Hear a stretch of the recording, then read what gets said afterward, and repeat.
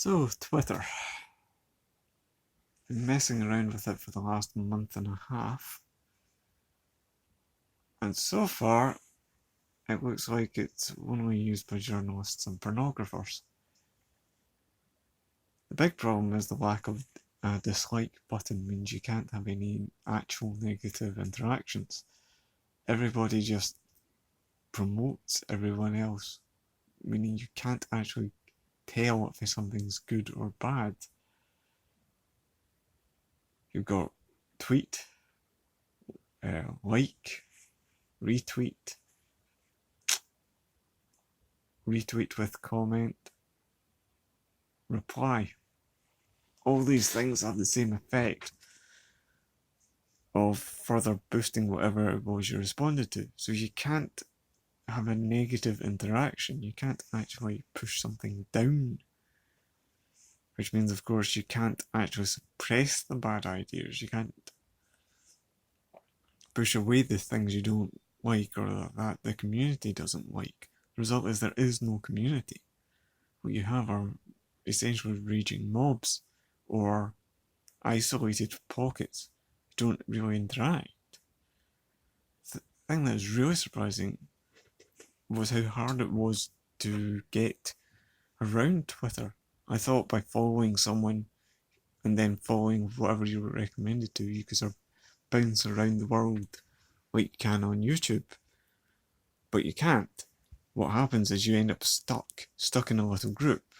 When I tried, just following everything that was recommended, it didn't matter. I always ended up just trapped going round and round the same little group, like Mexican book clubs or Romanian Catholics.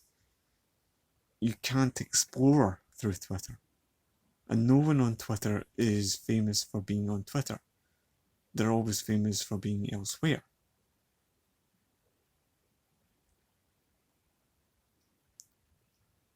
Yes, silence. That's actually what Twitter's like. It's just long periods of silence with chatter from journalists and pornographers. Nothing else much in between. So, if Twitter wants to fix itself, it needs a dislike button. Easiest thing, very simple fix, and it would work. It would mean that people could see what was popular, what actually wasn't popular, and that might help sort out the culture war. It would mean that you could tell what people actually liked, what they were responding to because they didn't like. It would mean that people would be bust out of their groups because people would be, you could dislike something without starting a conversation which you're going to spend the whole evening in. I don't see any way of actually campaigning for one though, because Twitter doesn't seem to have any actual mechanisms for actually suggesting ideas to Twitter. It's worth pointing out just how little engagements you'll get for any tweet.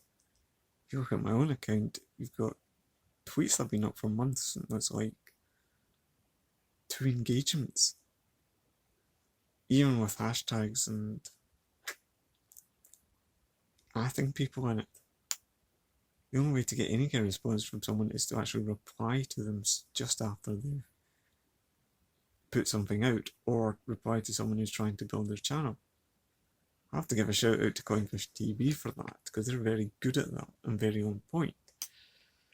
I asked them what their opinion was, whether Twitter had been any use for growing their channel, and they said, nah, not really. Which I think pretty much sums up the whole problem.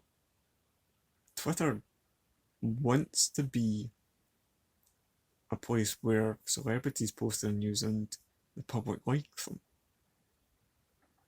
But why would anyone use such a thing? There doesn't seem a function there and a benefit there to anyone except PR people.